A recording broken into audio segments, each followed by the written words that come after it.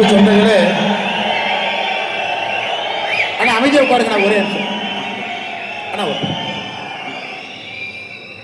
நம்முடைய சக்தி கேந்திரத்துடைய அன்பு சொந்தங்களே, ஒரு முக்கியமான மாலை நேர பொழுதுல நம்முடைய பாரதிய ஜனதா கட்சி, நம்முடைய தலைவர் அண்ணன் நயினார் நாகேந்திரன் அவர்கள் உங்களை எல்லாம் இங்கே அழைத்து கிட்டத்தட்ட 1500க்கும் மேற்பட்ட சக்தி கேந்திரத்தினுடைய பொறுப்பாளர்கள் இந்த மாலை நேரத்தில் நம்முடைய புதிய தேசிய செயல் தலைவர் ஐயா நிதின் நாபின் அவர்களை சந்தித்து உரையாடுவதற்காக இங்கே வந்திருக்கின்றீர்கள். உங்களோடு இதே வேளையில் நம்முடைய மூத்த தலைவர்கள் எல்லோரும் நம்மோடு இருக்கின்றார்கள்.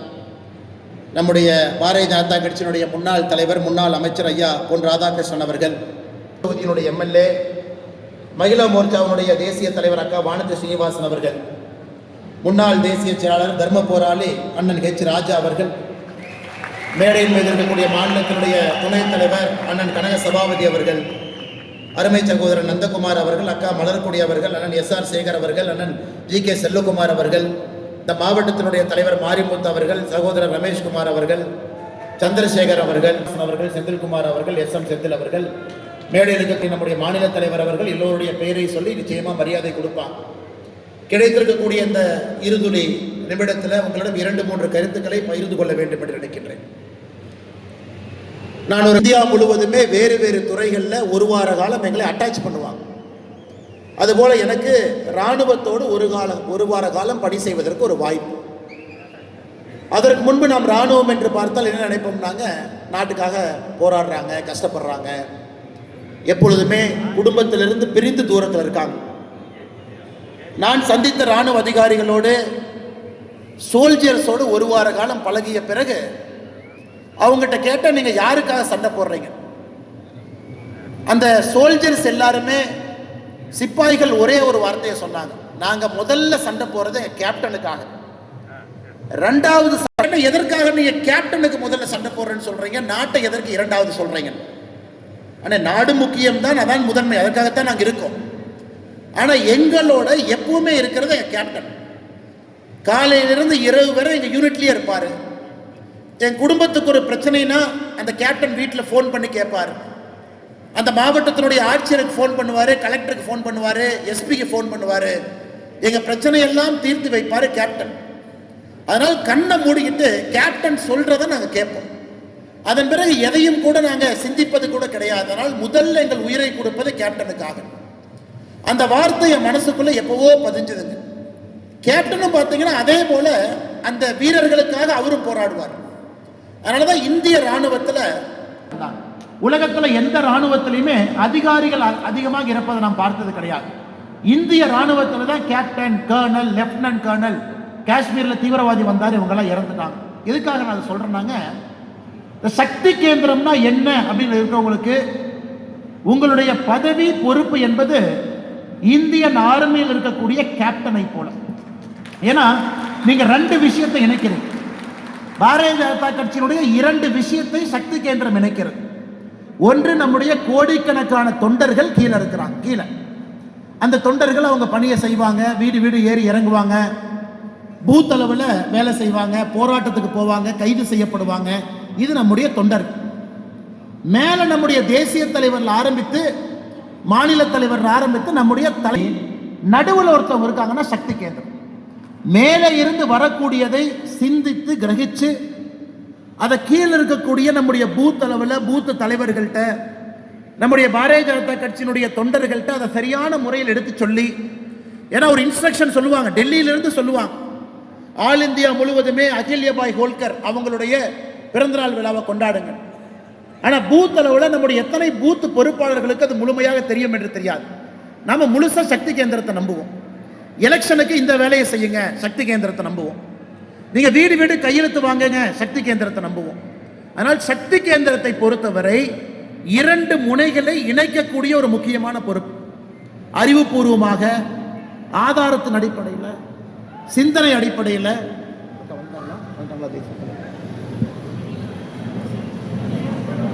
சிலை தலைவர் ஐயா நிதின் நாபி அவர்கள் இங்கு உங்களை பார்ப்பதற்காக தமிழகத்தினுடைய முதல் சுற்றுப்பயணம் இங்கே வந்து உங்களை சந்திக்கிறாங்க. சக்தி கேந்திரத்தினுடைய பொறுப்பாளர்களை சந்தித்துக் கொண்டிருக்கின்றார்கள். எல்லோரும் இரு கரத்தை தொட்டி ஒரு பெரிய நபர்களை ஒரு பெரிய கைத்தட்டலோடு நீங்கள் வரவேற்க வேண்டும் என்கிற அன்பான வேண்டுகோளை வைக்கின்றோம். அவருடைய முதல் சுற்றுப்பயணம் இது. இதற்கு முன்பு புதுச்சேரி வந்திருந்தாங்க. இன்னைக்கு தமிழகத்திற்கு இன்றும் நாளையும் 2 நாள் சுற்றுப்பயணமாக இங்க இருக்கிறாங்க.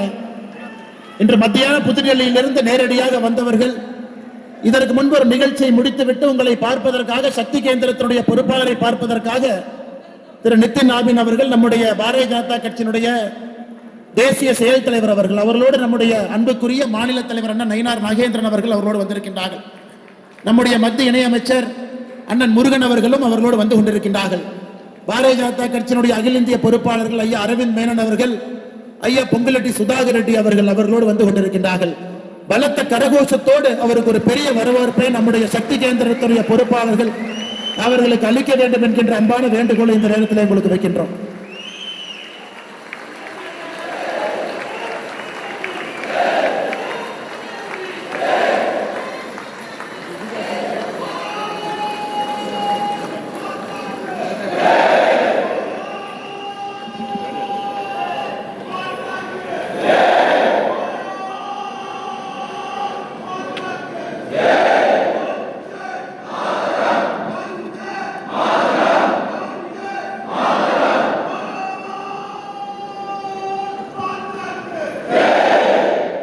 அருமை சொந்தங்களே, நம்முடைய தேசிய செயல் தலைவர் ஐயா நிதின் நாபின் அவர்கள் நம்மோடு இருக்கின்றார்கள். நம்முடைய மரியாதைக்குரிய அன்புக்குரிய பாரதிய ஜனதா கட்சியினுடைய தலைவர் அண்ணன் நயினார் நாகேந்திரன் அவர்கள் அவர்களோடு இந்த நிகழ்ச்சிக்கு வந்திருக்கிறாங்க. மத்திய இணையமைச்சர் ஐயா முருகன் அவர்கள் இந்த நிகழ்ச்சியில் நம்மோடு பங்கேற்றுக் கொண்டிருக்கின்றார்கள். அரவிந்த் மேனன் ஐயா அவர்கள், சுதாகர் ரெட்டி அவர்கள் இங்கே இருக்கிறாங்க. நம்முடைய பொதுச் செயலாளர் AP முருகானந்தம் அவர்கள் உட்பட எல்லா தலைவர்களும் இங்கே இருக்கின்றார். அன்பு சொந்தங்களே, இது நம்முடைய தேசிய செயல் தலைவர் ஐயா நிதின் நாபின் அவர்களுடைய முதல் சக்தி கேந்திர கூட்டமாக இருக்கின்ற காரணத்தினால அவரை பற்றிய ஒரு சிறிய அறிமுகம் உங்களிடம் சொல்வது எங்களுடைய கடமையாக நான் கருதுகின்றேன். அன்பு சொந்தங்களே, நம்முடைய தேசிய செயல் தலைவர் திரு நிதின் நாபின் அவர்கள் 2006 பட்னா வெஸ்ட், பட்னா மேற்கு தொகுதியில் ஒரு இடைத்தேர்தலில் வெற்றி பெற்று தன்னுடைய 26 வயதில் முதலாக சட்டமன்ற உறுப்பினர் ஆகிறாங்க. அதன் பிறகு 2010, 2015, 2020, 2025 5 முறை தொடர்ச்சியாக பீகாரில் நம்முடைய சட்டமன்ற உறுப்பினராக மக்களுடைய அன்போடு தொடர்ந்து தேர்ந்தெடுக்கப்பட்டுக் கொண்டிருக்கின்றார். இப்பொழுது அவருடைய தொகுதி பட்னா மேற்கு என்கின்ற தொகுதி மறுவரையறைக்கு பிறகு பங்கிப்பூர் என்கின்ற தொகுதியாக மாறியிருக்கிறது. 2006 இந்த 2025 கூட 51,000க்கு மேற்பட்ட வாக்கு வித்தியாசத்தில் அந்த தொகுதியில் வெற்றி பெற்று 2022 பீகார் மாநிலத்தில் பல்வேறு முறை அமைச்சர்களாக பணியாற்றி கொண்டிருக்கின்றார். வேறு வேறு அரசில் அமைச்சராக பணியாற்றி கொண்டிருக்கின்றார். இந்த முறையும் கூட புதிதாக வந்திருக்கக்கூடிய நிதிஷ்குமார் அவர்களுடைய அரசில் இந்த முறையும் கூட அமைச்சராக பொறுப்பேற்று பணியாற்றி கொண்டிருக்கின்றார்.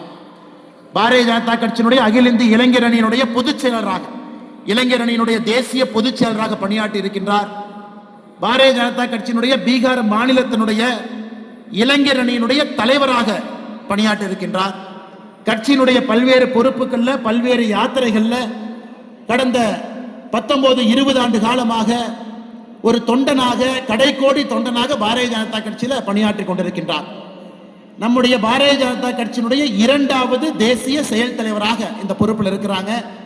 இதற்கு முன்பு ஐயா JP நட்டா அவர்கள் நம்முடைய முதல் தேசிய செயல் தலைவர் என்கின்ற பொறுப்புக்கு வந்தாங்க.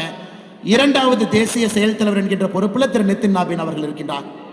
அவருடைய முதல் சுற்றுப்பயணம் இது. இதற்கு முன்பு புதுச்சேரி செல்லும் பொழுது நம்முடைய சென்னை சாலை மார்க்கமாக போனாங்க. இந்த முறை தமிழ்நாட்டில் 2 நாட்களும் கூட உங்களோடு இருக்க வேண்டும் என்று மதியத்திலிருந்து இரவு வரை இங்க இருக்கிறாங்க. நாளைக்கு காலையில் நம்முடைய பொங்கல் நிகழ்ச்சியில் பங்கேற்கிறாங்க. பேரூர் கோவிலுக்கு போறாங்க, மருதமலை முருகன் கோவிலுக்கு போறாங்க. அதன் பிறகு நம்முடைய சக்தி கேந்திர பொறுப்பாளருடைய வீட்டிற்கு சென்று உணவு அருந்துறாங்க. அதன் பிறகு நம்முடைய 100 நாள் வேலைவாய்ப்பு திட்டம், அதன் மீது காங்கிரஸ் கட்சி வைக்கக்கூடிய பொய் குற்றச்சாட்டுகளை முறியடிப்பதற்காக ஒரு கூட்டத்தில் பங்கேற்கிறாங்க. நீலாம்பூர் போறாங்க, நம்முடைய கட்சி தொண்டருடைய இல்லத்திற்கு சென்று தேநீர் அருந்துறாங்க. தொடர்ச்சியாக இந்த முறை தொண்டர்களை சந்திக்கணும், கடைக்கோடியில் இருக்கக்கூடிய சக்தி கேந்திர தொண்டர்களை சந்திக்கணும், பாரதிய ஜனதா கட்சியினுடைய பூத் தலைவர்களை சந்திக்க வேண்டும் என்கின்ற ஒற்றை நோக்கத்தில் இங்க வந்திருக்கிறாங்க. அதனால் உங்கள் எல்லாரும் சார்பாக அனைவரும் எழுந்து நின்று நம்முடைய செயல் தலைவர் திரு நிதின் நாபின் அவர்களுக்கு ஒரு பெரிய கரகோஷத்தோடு அவருக்கு ஒரு பெரிய வரவேற்பை நீங்கள் அளிக்க வேண்டும் என்கின்ற அன்பான வேண்டுகோளை உங்களுக்கு வைக்கின்றேன் அன்பு சொந்தங்களே. அதனால் நேரடியாக நம்முடைய தலைவர்கள் பேச இருக்கின்றார்கள். பெரிய கரகோஷத்தோடு நம்முடைய செயல் தலைவர் நிதின் நாபின் அவர்களுக்கு நீங்கள் வரவேற்பு அளிக்க வேண்டும் என்று சொல்லி